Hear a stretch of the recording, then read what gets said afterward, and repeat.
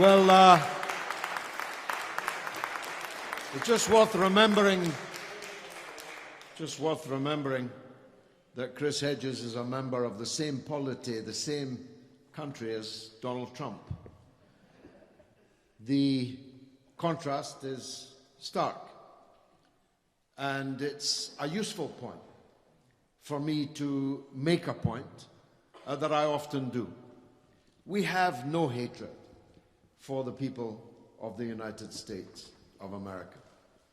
As a matter of fact, I'm one of the few active in anti-imperialist politics in Britain with American blood in my veins.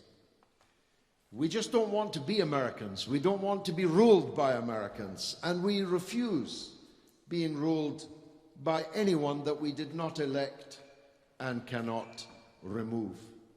Your message of unity was a powerful one. As a matter of fact, if I could have set your speech to music, it would have been Bob Dylan at his very finest. But your message of unity was well received. Here am I sharing a platform with a Protestant minister. Patrick was harangued by a Trotskyite outside for appearing on a platform with me, a Stalinist. Which isn't true, by the way. But even if it was true, this cause of freeing Julian Assange has to unite all right-thinking people, of all political trends, of all faiths and none. Because the best quote this week, it was you, sir, who elicited it from Julian Assange's father. If Julian goes down, you all go down. Every journalist, every broadcaster, every truth teller, every truth seeker, all of you go down if Julian goes down. Of course, the release of Julian Assange is a necessary but not sufficient condition to achieve the mountaintop that Chris just described so eloquently.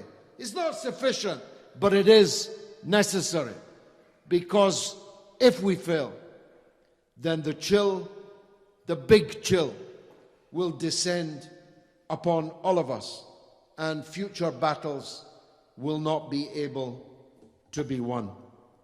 The man who's made all of this possible, now 2 sets in London alone, but in the north of Ireland, in Belfast, and in other cities too, putting imperialism on trial, is an Irishman from Derry. I'd like you, please, to allow to wind up the meeting. Dear Gregor, we thank you very much indeed. Greg Sharkey.